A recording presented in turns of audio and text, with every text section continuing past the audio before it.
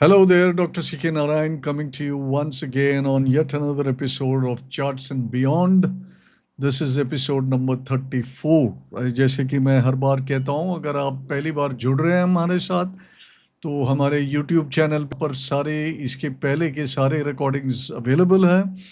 तो आप episode number 1 से लेके 33 तक आप वहाँ पर देख पाएंगे। Definitely become a member and I would love to see you be a part of our Charts and Beyond ecosystem, right? So this is episode number 34, and as usual, there are many things which are there going on right now.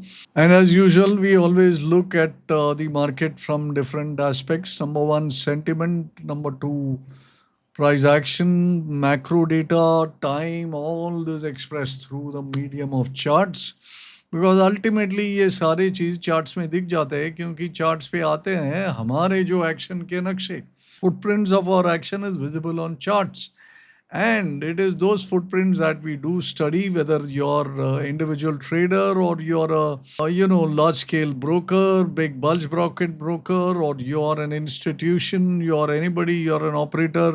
सारे के सारे footprints अपन charts में capture कर देते हैं और charts के स्टडी के ज़रिए we are able to make out some idea of what is going on. So let's go and find out what is going on. तो ये था सिलसिला अभी recently touch and go time था.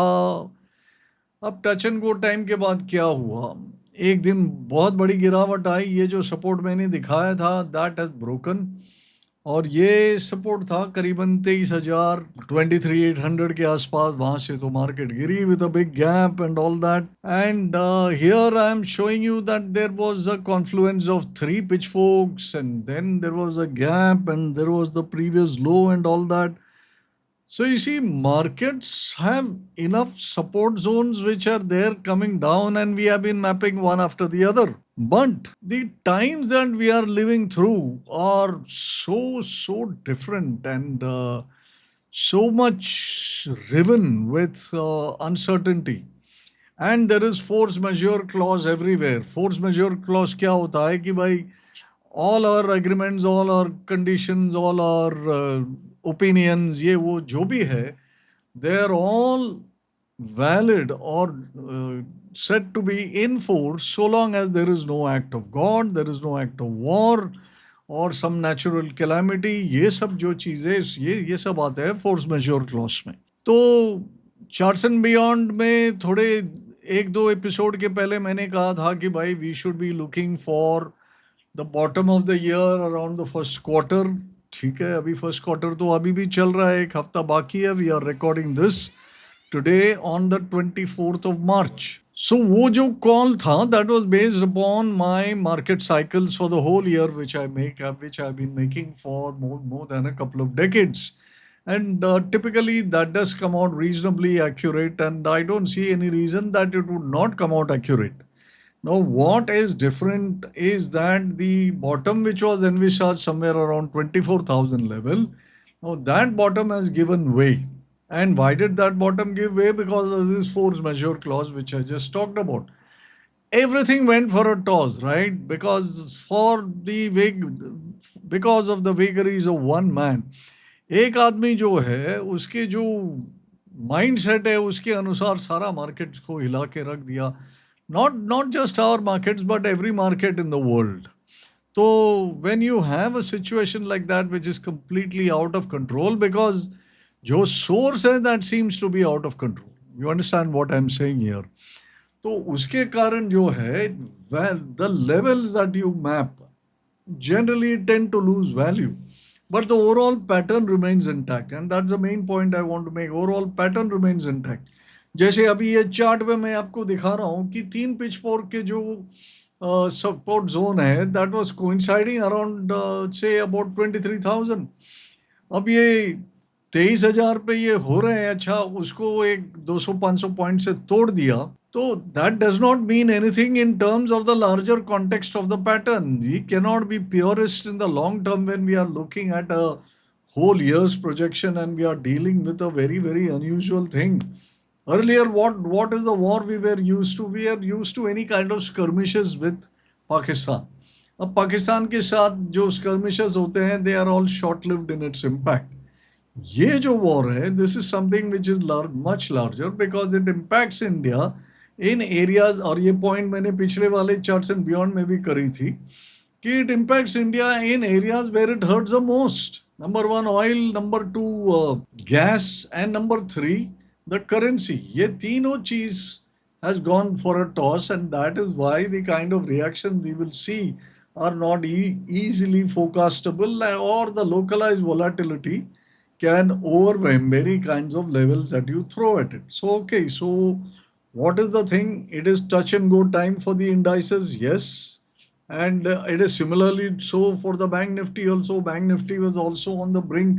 The Nifty had fallen earlier, but Bank Nifty had taken a knock only on the month. This is the monthly chart of Bank Nifty, and you are seeing that it has taken a knock only in the month of March.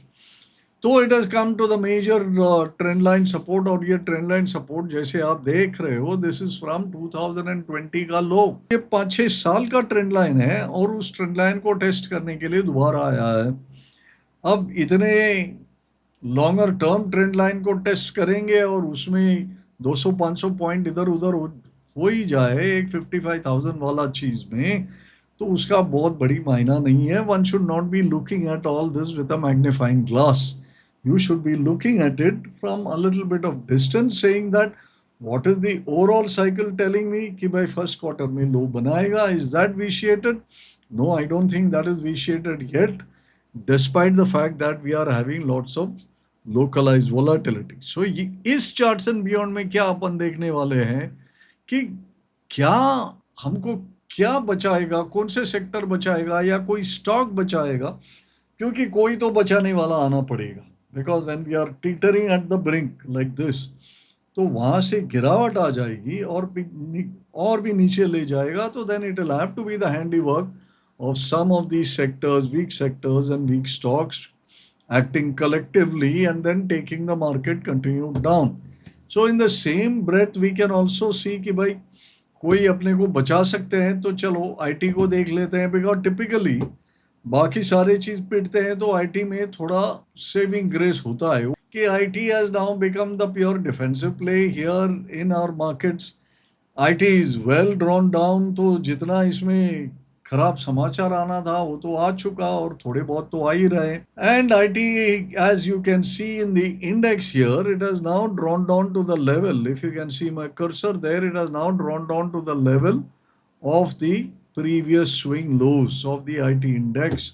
तो यहाँ का IT index में आपको कोई support type action दिखाई देगा individual stocks में, leader stocks, उसके बाद next level stocks. Then you should be looking for it, because IT का वेटेज है निफ्टी में. टीसीएस, इन्फी, ये सब जो है, HCL tech, all of these are there on the index and they are decently weighted. Second, lots of people in the market are willing to give IT a chance and they will participate in any ITC upside. Third, lots of institutions are holding IT stocks and they want to get back into it. They have got out of it. They have room to buy IT stocks. So maybe if something happens here, you may see IT save the day. So that is a possibility. तो IT का track रखना है अपने को. IT में कौन सा, इन्फोसिस या होगा TCS, but TCS chart is broken, Infy chart is better, and then you have most of the others looking very similar. HCL chart looking similar to Infy chart. So I think most of the charts are looking similar to what you are seeing on the IT index, barring a few which where this earlier low of 2021 is already broken. वो charts को आप छोड़ दीजिए जो 2021 के जो लोज बनाए थे उसको तोड़ दिया है, उनको आप छोड़ दो. जो 2021 के लो को आप नहीं तोड़ा है, और या प्रीवियस लो सपोर्ट दो, चाहे 21 में हुए 22 में हुए, डजेंट मैटर, जो उसको तोड़े नहीं है या उससे अधिक ट्रेड कर रहे हैं उस पे ध्यान दे. ये they are in with a chance to repair the day if at all. So that is number one. So can IT save the day? अच्छा, ये सेक्टर नहीं है तो can it be a stock? सबसे जबरदस्त स्टॉक है which governs the market sentiment is Reliance.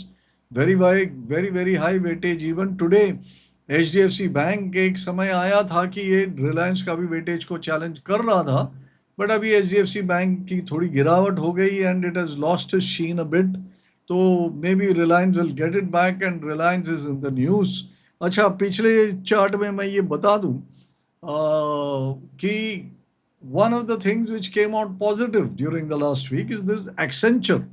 Accenture के जो रिजल्ट्स थे और जो कमेंट्री थे, दैट वाज रीजनेबली पॉजिटिव। और इसके पीछे पीछे क्या आईटी स्टॉक सुधरेंगे, वो अपने को देखने का है। तो एक्सेंचर का जो रिजल्ट था उसको आप सामने रखिए एज ए यार्डस्टिक, और उसके बाद क्या आईटी स्टॉक्स में बढ़ोतरी आ रही कि नहीं, इसको आप ट्रैक करिए। उससे अपने को कोई सुराग मिल सकता है। और रिलायंस में भी ट्रैक रखना है। जैसे आप देख रहे हो, रिलायंस का चार्ट अभी फिलहाल तो न्यूट्रल है, it is into a range, but weakness तो यहाँ पर है नहीं। वीकनेस नहीं है तो न्यूट्रलिटी है। तो this will, to for it to get out of its neutral stage, there has to be some good news. तो न्यूज़ तो यहाँ आ रही है because we just heard that they are going to strike a very very big deal, $300 billion and what not. So there is news flow which can be quite positive for Reliance, and Reliance is always doing something or the other, and which is of a very large nature. So this is something which can shake the market out of its current problems. ठीक है, तो एक Reliance पे भी ध्यान रखना है। तो this could be one. Maybe it is time for Pharma. Who knows? Pharma का इंडेक्स चार्ट आप देखिए, आपका स्क्रीन पर है। तो फार्मा का इंडेक्स चार्ट एक सस्टेन्ड साइडवेज में है। तो आप चार्ट को देखिए, गिरावट हुई, गिरावट के बाद फॉलो थ्रू नहीं आया, यहाँ पर कोई पैटर्न कंप्लीशन टाइप है। फिर यहाँ से जो बनी रैली, उस रैली में कोई इम्पल्स टाइप मूवमेंट तो आया ही नहीं। तो थोड़ा सा ऐसा करेक्टिव टाइप मूवमेंट ही है, बट लंबा दौड़ हो गई है। Nearly about a year now that pharma index has been going sideways. तो उसका RSI भी देख लीजिए, 40 और 60 के बीच में घूम रहा है। तो clearly a corrective pattern is there in pharma. अब फार्मा में कोई अच्छी समाचार आए तो अपसाइड ब्रेकआउट की गुंजाइश है। इक्वली फार्मा में खराब समाचार आए तो डाउनसाइड ब्रेकआउट का भी गुंजाइश है। तो it's a sword which can cut both ways, but then at this current juncture it could be possible that pharma itself can get divided into two sets of stocks. अभी देखो news में क्या है। न्यूज़ में है semaglutide, ये diabetes cum slimming tablet जो off patent चले गया, और सब लोग, everybody is rushing in and they are talking about this as a saving grace. इसके कारण बाकी एक दो और एंसिलरी स्टॉक्स है, शैली इंजीनियरिंग, वो सब भी इसके साथ साथ दौड़ रहे हैं। सो it is possible that there may be some saving grace out here, and it may not be the old war horses. It could be something new which can come up, but definitely pharma is in with a chance for an upside breakout. और अगर pharma upside breakout देता है तो it is a well patronise stock in the market. Market की sentiment सुधर जाएगी तो अपने आप say that sentiment will percolate into the other areas of the market, and then that can have a synergistic and positive impact. So it could be pharma, let's see, possible. So these are the sectors that you need to keep in your radar. तो ये क्या कह रहा था मैं कि भाई IT, एक रिलायंस, एक फार्मा। अब रिलायंस क्यों, बाकी के एनर्जी के स्टॉक्स क्यों नहीं? भाई बाकी के एनर्जी स्टॉक्स पिछले टाइम मैंने कवर किए थे। क्या था कि भाई जो डाउनस्ट्रीम है और जो अपस्ट्रीम स्टॉक्स है उनमें फ़र्क है। जो ऑयल की प्रोस्पेक्टिंग करते हैं और ऑयल निकालते हैं, जैसे ONGC है, ऑयल इंडिया है, इन ये तो बेनिफिशियरी रहे, ये तो अपन ने लास्ट चार्ट्स एंड बियॉन्ड में डिस्कस करे। और जो ऑयल की रिफाइनिंग करते हैं उसमें से कमा रहे हैं, उसमें थोड़ी सी तकलीफ थी। तो योर HPCL, BPCL, IOC वगैरह वगैरह, they were under pressure. Now Reliance is also a refinery, but then Reliance today is so many things, right? Refining is not just the thing. So petroleum is one wing, and then there are so many things and so many events are planned in Reliance. So Reliance is Reliance all by itself, and your refining companies are standalone by themselves. So I'm not looking at the energy index as such. And और वैसे भी आप energy index को लोगे so that is very highly dominated by the price action of Reliance. So, okay, so that is why only Reliance. Now, what are the other indices that you could possibly look at? अच्छा, अभी हाल में एक government की meeting हुई थी for electricity and power generation and all that, and what came out of that news, अभी मैंने उसका चार्ट तो कवर नहीं किया. I don't think there is a power index chart which is available. मुझे खुद का एक power index create करना पड़ेगा, which is possible to do in TradingView. जो जानते हैं how to put it all together, they can make their own power sector index. अगर हो तो then we will see. I will check it out on TradingView or any other charting software which is available. But be that as it may, ये positive खबर आई थी for all the power generation and all the other companies, where it is saying that the government's focus now is on the power sector, and this is true for a 10-year period and all that. 2030 तक ये हो जाएगा, 2035 तक वो हो जाएगा, and all of that reads very well. So I think you should go and read up on those things and see how it goes, right? So that could be another area for you to also look at. All right, so now moving along. अभी ये war तो चल रही है, नया topic है. नया topic में जाते हैं. ये वॉर अभी पहला लगा कि कुछ नहीं होगा 2-4 दिन में, लेकिन Iran has sprung a surprise and it is moving along still today at the day of the time of making. तो यहाँ पर एक ICICI डायरेक्ट का मैं एक चार्ट बोरो कर रहा हूँ. ये this is a wonderful piece of work which they have done, right, and they have made this historically markets bottom post geopolitical events. तो ऐसा उन्होंने कंक्लूजन किया है by looking at all the wars from 1990 onwards. This is fantastic work as far as research is concern. और इन्होंने बताया है कि फर्स्ट गल्फ वॉर में अभी आप अभी यहाँ पर देखिए, if you are able to see all these small brackets, उसमें इराक वॉर है. ये this was Iraq war, that is Gulf War, when Iraq invaded Kuwait, that was in 1990. So उसमें करेक्शन आया 14%. ठीक है. अब इधर देखिए आप, करेक्शन की ड्यूरेशन थी 36 वीक्स, और उसके आगे जो रिटर्न आई इन 1 मंथ 26% की रिटर्न आई, 3 मंथ्स में 30% की रिटर्न आई, और 6 महीने में 65% की रिटर्न आई. सो इराक वॉर जब भी टूटा था, I clearly remember, I was very much part of the market at that point of time, and I was very active as a technical analyst and following the markets through the charts. The market actually made a bottom on the Nifty at 947 on the day the Iraq invaded into Kuwait. So that is the significance. If you go back into Nifty chart, you will find that the major bottom way back in 1990 was made on the day that Iraq invaded into Kuwait. So anyway, this is a different topic we are on, कि Iraq war में it lasted for 36 weeks. तो ये एक external war था, तो इसमें 36 weeks of correction हुआ और 14% की गिरावट आई. उसके बाद आप देखिए, एक था कारगिल वॉर, ये था 1999. क्या हुआ, 11% की गिरावट आई और 6 वीक्स की ड्यूरेशन. उसके बाद वर्ल्ड ट्रेड सेंटर आया on the back to back 2001, जहाँ पर वो प्लेन आ करके अटैक कर गया एंड ऑल दैट. इधर since America was involve and it was a big thing, 18% की गिरावट आई. But then the impact of that lasted only 2 weeks. फिर ये 26/11 की मुंबई की अटैक आई. When did that come? 2008. We were already at that point of time in the throes of the 2008 boom का जो पीरियड चल रहा था वो सब चल रहा था. बट सो ये 26/11 disastrous as it was, it produced a 3% fall. That's it. It produced a 3% fall. इधर देखिए तो यहाँ पर जो गिरा, it fell -3%. -3% जो fall हुआ, and it lasted, correction lasted for just 1 week. 1 week. Then you have more recent efforts, Pulwama attack, 2019, 2% correction lasting 1 week. Then Russia-Ukraine conflict. यहाँ पर आप देखिए, this was in 2022.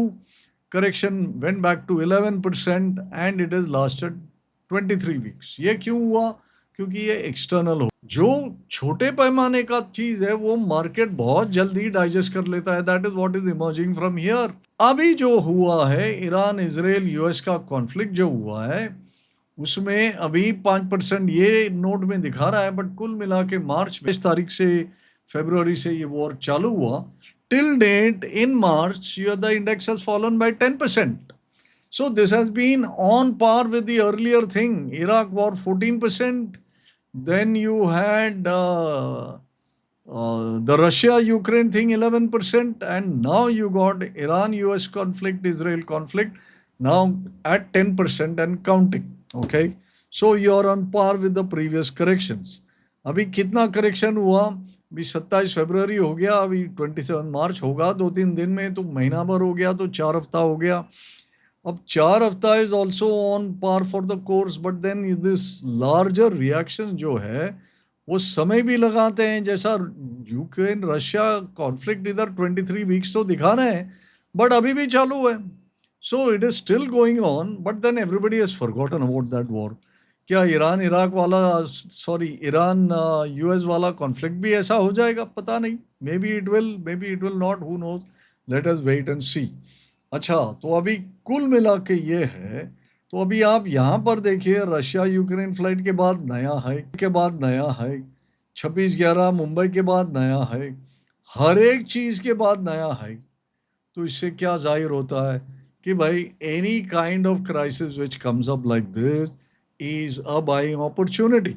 जब वो चल को लगता है भाई सब डूब गया, एवरीथिंग इज गॉन, अब सब लोग यहाँ पर न्यूक्लियर बॉम्ब अटैक पे ही उतर के आएंगे and everything will get wiped out and this and that. But nothing of that sort has happened. It has not happened in the past, what is it, 35 years. The world has moved on, right? Today's warfare is not boots on the ground. Today's warfare is electronic.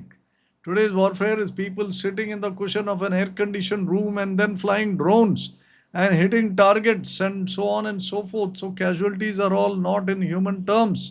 Of course, there are always human casualties which happen on both sides, but you know what I mean, the difference in the war. So it is very, very different. The cost of it is very, very, very different. The cost of a drone today is what? 25,000, say $25,000. But what's the cost of a tank? A Patton tank costs you today about $5 million or a $10 million. A drone which is being fired by the Iranian the reserve guard, that's costing 25,000. But the missile which is being projected out to destroy the drone, the Patriot missiles or the others which are there with the Israelis or the Americans, that is now costing upwards of several $1 million. So this is a war of money and resources and all that. I don't think Israel and America will really run out of resources. अगर किसी का resource ख़त्म होना है तो वो Iran का होगा. अब ईरान का रिसोर्सेस कहाँ से आ रहा है? बोला जाता है कि वो रशिया से आता है और चाइना से आ रहा है. रशिया तो समझ में आती है because Iran and Russia are linked directly through the Caspian Sea route. So there is, on one side there is a port in Russia, and on the other side there is a port in Iran. So you can directly send everything from Russia into Iran. About China's geography with Iran, I'm not too clear. I think that is more landlocked rather than the sea route. So be that as it may, so these two are supposed to be funding. I don't know where it will go and end. Ukraine we thought would get crushed in a week, but NATO forces have been helping out, and now we are 3 years old.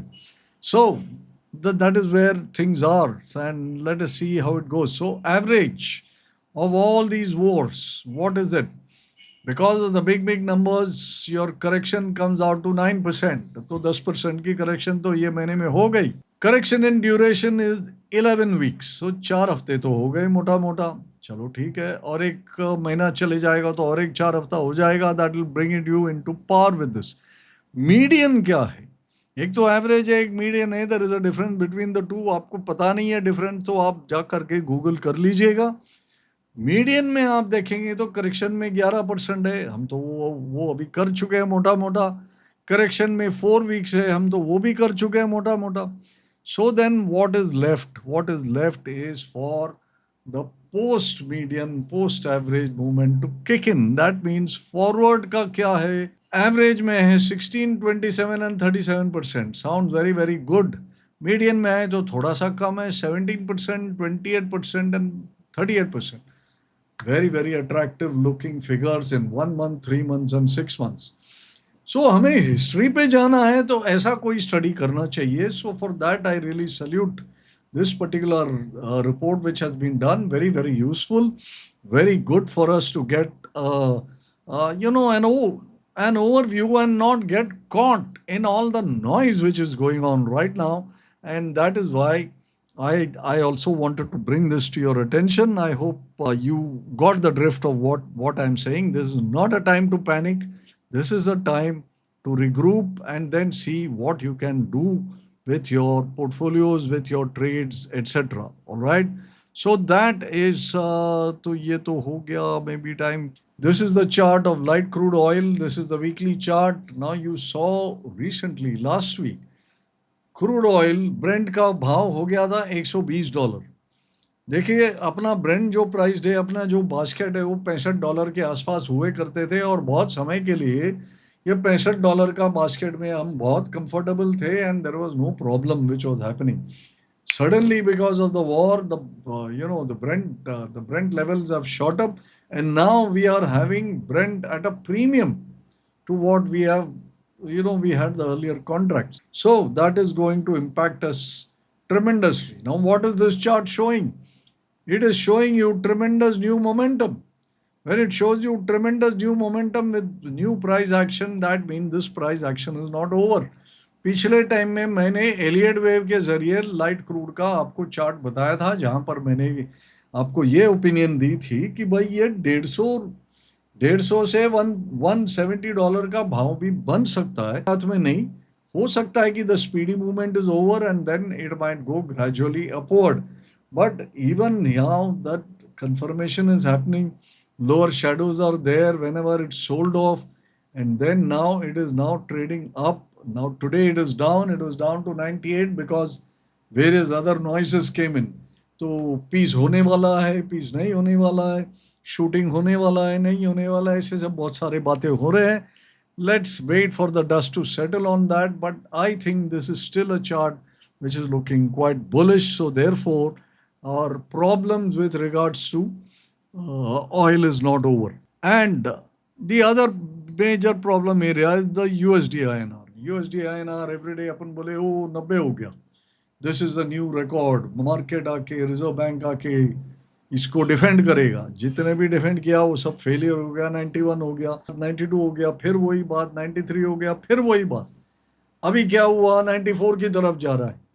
94 में भी लोग बोल रहे हैं कि अभी defend करेगा.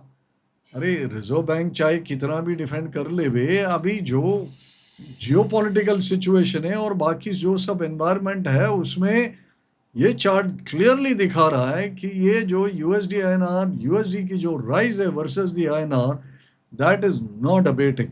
सो this is going to go to 94 95. वो पिचफोर्क का जो चैनल का अपसाइड चैनल है, that is lying between 94 and going up to 95. जितना समय लगेगा ऊपर जाने के लिए उतना वो टारगेट और ऊपर आएगा. सो यूएसडी आईएनआर, जो those who are anxious for it to come down, bad news for you guys. I don't think it is coming down. जो भी नीचे मिलेगा तो आप नीचे में जो भी आपको, because it is going to go up, because there is no loss in trend strength, which is what I am seeing. Okay, so these are all the major points which I wanted to make. So as usual, I end every Charts and Beyond with a strategy. And what is the strategy that we should look at into the near future? Because of all this evidence which I presented to you कि नीचे support आया है, volatility में वो पिट गया, वापस आ गया. आज जैसा आप देखो कि 400 पॉइंट आया ऊपर, फिर नीचे, फिर ऊपर, all that is going on. But we look for bottoming formation here. But there is a caveat. We do not act until we see signs of bottoming. और ये खरीदने के लिए, स्पेशली ट्रेडर्स के लिए जो रोज बॉटम ढूंढ रहे हैं और बोले रोज ले रहे हैं, रोज पिट रहे हैं, और क्योंकि नया बॉटम बनता है. Okay, we will keep looking for a bottom, but do not act until we see science of bottoming. Science of bottoming क्या है, उसके लिए थोड़ा टेक्निकल एनालिसिस की ज़रूरत है. वो आप कोई टेक्निकल एनालिस्ट से पूछे या हमारे ऑफिस से. सारा न्यू ट्रेडर सॉफ्टवेयर इसमें एकदम केपेबल है, बहुत माहिर है to find out which are the stocks which are bottoming and which are giving you signs of bullishness where you can participate. अगर नियो ट्रेडर सॉफ्टवेयर में इंटरेस्ट होगा तो ज़रूर हमारा ऑफिस से कांटेक्ट करिए, या हमारे पास बहुत सारे सपोर्ट सेशंस होते रहते हैं, उसमें आप पधारिए. It is free of cost. There is absolutely no charge for you. I think our support sessions run twice in a day. Other than that, we have got live demo sessions, we got Q&A sessions, we got one-on-one sessions. We have your back, boss. Reach out and take the benefit. That's what I'm trying to say. Okay, back to strategy. So second thing, if you're an investor, पहला तो मैंने trader के लिए बताया, looks for stocks going against or run of the trend. Run of the trend का क्या मतलब? Run of the trend अभी डाउन है, ऐसे स्टॉक है जो घट नहीं रहे या उल्टा जो बढ़ रहे हैं. This is stock going against the trend. बहुत सारे स्टॉक्स है ऐसे. तो आप थोड़ा सा मेहनत करेंगे तो आपको चार्ट पे दिखेगा कि there are many stocks which are going against the trend. इसका ये मतलब है कि ये इस महीने मार्च में टिल डेट आप देखेंगे तो 10.5% तो गिर चुका. So you find out stocks which have fallen 5% or 3% or stocks which have gained by 2% or more. अभी आपको 20% वाले स्टॉक भी शायद मिल जाएंगे, बट बहुत सारे नहीं मिलेंगे. तो you look at those stocks, look at the charts of that, look at the fundamentals of that, look at the derivative positions of that if it is in futures and option, and buy in tranches. मैं ये नहीं कह रहा हूँ गया और सारा पैसा डाल दिया. Buy in tranches because the market is a little uncertain. Okay. अच्छा, तीसरे टाइप बायर है ETF buyers. ETF buyers are long-term players. They want to play into a scaled in version. So you can continue to scale it in. मतलब थोड़े थोड़े थोड़े करके लीजिए. So selective sectoral ETFs also you can attempt, क्योंकि सारे पिट गए बहुत बुरी तरह से. तो जैसे मैंने कहा स्टार्टिंग में IT को देख लिए, थोड़ा फार्मा को देख लीजिए, थोड़ा ये पावर सेक्टर है ETF. तरह तरह की ETFs are available in various sectors. You have ETFs of course in Nifty also, जिसका गोल्ड और सिल्वर करना है, gold silver ETFs are available. So ETFs of every kind are available. ETFs of fund of funds are available. So all kinds of flexibility is there today to invest for such type of buyers. तो उनको भी काम कर लेना चाहिए यहाँ पर. तो ये स्ट्रैटेजी आप ज़रूर फॉलो करिए as to how to approach the market now. अच्छा, SIP वाले हैं, उनको क्या करना है? बहुत लोग पूरे घबराहट में है, SIP को मैं क्या बंद कर दूं, क्योंकि SIP में रिटर्न आया नहीं है पिछले 1 साल से. Let us be honest about it, there is no return. आज के इकोनॉमिक टाइम्स आप देख लो, शायद इकोनॉमिक टाइम्स में ही था. SIP has not given a return, many of them for 2 years. 25 में भी नहीं दिया, 26 में भी नहीं दिया है अभी तक. ईयर टू डेट का बात कर रहा हूँ. तो आपने अगर SIP को पॉज कर रखा है तो it is not unwise decision. May be जिसने चालू रखा है उसको रिटर्न तो नहीं मिला है, तो but he may be tempted to stop right now. तो आप बॉटम में जा करके स्टॉप करेंगे, ये उचित नहीं है. This is not a sensible decision. SIPs if you have paused them can be restarted. अब अपन बॉटम में ट्रेड कर रहे हैं तो मेरा सलाह ये रहेगा कि you restart the SIP with a lump sum, or you put into a new SIP with a lump sum so that you get the advantage of the lower price, and then you keep adding in smaller increments as fits your pocket, right? अच्छा, अभी last एक category है जो trader है जिसको बेचना ही है. जो बेचना है तो उसको रैलीज इनटू रेजिस्टेंस करना चाहिए. अब रैलीज इनटू रेजिस्टेंस में कौन सा? The rallies which fail that can be used to short. तो rallies which fail that can be used to short में क्या है, मैं चार्ट पे दिखा देता हूँ, आइडेंटिफाई कैसा करें. ठीक है, तो ये मैं निफ्टी का चार्ट ले रहा हूँ. I hope everybody can see this chart. तो निफ्टी ने क्या, मैंने पिछले बार आपको डिस्कस किया था कि ये जो सितंबर की हाई बनी थी, this was all time high. ठीक है, ऑल टाइम हाई के बाद ये दिसंबर में जाकर के एक रैली बना. यहाँ पर मिड कैप स्टॉक्स वगैरह की एक और राइज आया था. ये एक ब्रॉड फॉर्मेशन आया जहाँ पर डिस्ट्रीब्यूशन हुआ और यहाँ से जो गिरावट हुई, this happened from 5th of Jan 2026 और वहाँ से लगातार गिरावट आई. ये 7th अप्रैल की बॉटम आई, ये था ऑपरेशन सिंदूर. और ये इसके बाद जो अपना ट्रेड डील हुआ तो क्या हुआ, एक लोअर टॉप बना है। इसके बारे में लास्ट चार्ट्स एंड बियॉन्ड में मैंने डिस्कस करा था कि this is not a good thing because you had some very good reason, and in that if you just manage to make a lower top compared to the earlier thing, then that shows a weakness of the bulls to go higher. तो ये आपका हो गया on 3rd of February। उसके बाद आप देखिए बहुत सारा रीजंस आए, क्या बना, लोअर टॉप बना, यहाँ लोअर टॉप, यहाँ लोअर टॉप, यहाँ lower top, everything is a lower top. अब हाल में एक 3 डे रैली हुआ, वो भी लोअर टॉप। अब यहाँ से गिरावट हुई और ये कल की गिरावट हुई, बॉटम बनाया 22,500 के आसपास। अच्छा, अभी आज एक रैली बन रहा है, हो सकता है कि ये बढ़े। तो अभी इसमें अपने को क्या देखना है कि what has been the recent pattern of the market. Recent pattern of the market is one unrelenting sequence of lower tops and lower bottoms. Right here, your lower tops and lower bottom. ये एक pattern बनी है market की, और ये जब तक ये पैटर्न चेंज नहीं होता आपको तेजी का बहुत ज़्यादा सोचना नहीं है। इसीलिए मैंने जो कहा था अर्लियर, आपको खरीदना है तो ट्रांचेस में खरीदिए, थोड़ा थोड़ा करके इन्वेस्ट करिए, क्योंकि बॉटम की एनालिसिस कुछ और है, ट्रेडर्स के लिए एनालिसिस कुछ और है।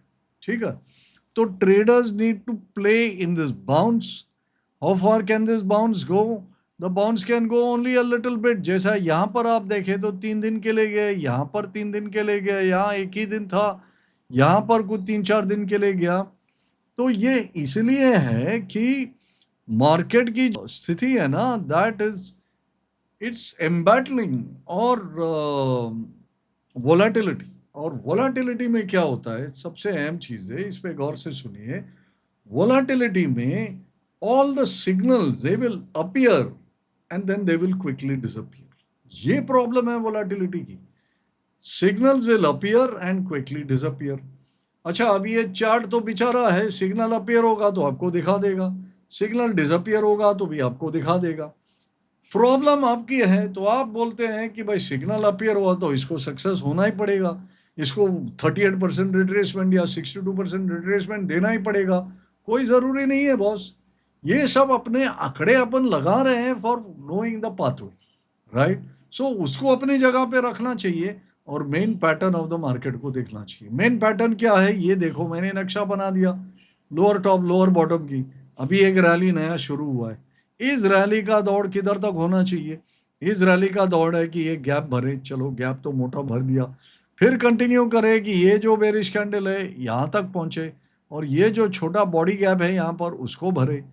बट मेन थिंग क्या है, ये जो स्विंग है ना यहाँ पर, that's is the last rally swing, और ये जो लास्ट रैली स्विंग है वो है 24,000।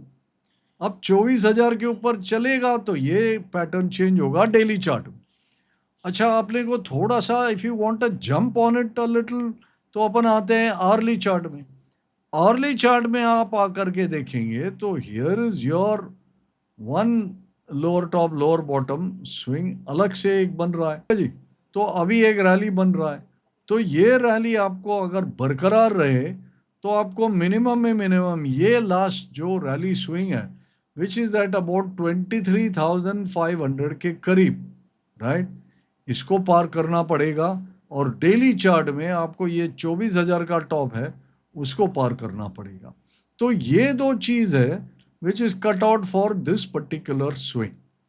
अगर ये स्विंग उस पर कामयाब होता है तो ठीक है, नहीं कामयाब होता है तो it is back to pavilion with the same lower top lower bottom. अगर लोअर टॉप लोअर बॉटम फिर इमर्ज होता है तो we are back to pavilion shorting this market and then we are waiting for lower levels, जहाँ पर दिखे कि कोई चेंज इन पोलैरिटी हो रहा है, कोई चेंज इन गार्ड हो रहा है, वहाँ पर जा करके छोटा सा खरीदी करें। So this has to be your strategy. तो ट्रेडर्स का स्ट्रैटेजी फॉर बाइंग बता दिया, ट्रेडर्स का स्ट्रैटेजी फॉर शॉर्टिंग बता दिया, इन्वेस्टर का स्ट्रैटेजी मैंने बता दिया, ETF वाले का बता दिया, SIP वाले का बता दिया। सो मोटा मोटा सारे को मैंने कवर कर दिए। उम्मीद करता हूँ कि ये सब आपके लिए काम में आएंगे and that you will be happy to tune in to more episodes of charts and beyond in the future. तो इसके साथ ये एपिसोड मैं ख़त्म करता हूँ यहाँ पर। यहाँ तक वीडियो में बने रहे तो धन्यवाद and I thank you for being with me in this. अगर ये आप पहली बार ट्यून इन कर रहे हैं तो ज़रूर अगले एपिसोड में भी आइए। अगर अगले एपिसोड का जानकारी चाहिए तो आपको हमारे चैनल की मेंबर बनना पड़ेगा। Please share and subscribe the video. Click that bell icon so that you're intimated about the new videos. Get on to our mailing list or our updates list, तो आपको खुद ब खुद सारे नोटिफिकेशंस आ जाएंगे। तो हमारे साथ जुड़िएगा for more such information backed analysis of the market। तो I try to cover the bigger trends in the market. एक बार बिगर ट्रेंड अपना मुट्ठी में आ जाए या अपना जहन में बैठ जाए तो than playing the markets through stocks and other vehicles becomes easier. ये मेरा मेन मकसद है चार्ट्स एंड बियॉन्ड का। अगेन एक मेरी रिक्वेस्ट है कि आप लोग शेयर करिए, लाइक करिए ये वीडियो को। This will give us an advantage in with YouTube and channels and all that, all those technological stuff। मैं तो मेरा काम करते रहूँगा which is analysis of charts and what not। मेरे जो डिजिटल टीम है उनको भी उनका काम सुविधाजनक, आप लाइक शेयर सब्सक्राइब फॉरवर्ड वगैरह वगैरह जो करना है वो कर दीजिए। And then until I see you the next time, this is Dr. Narayan bidding you goodbye।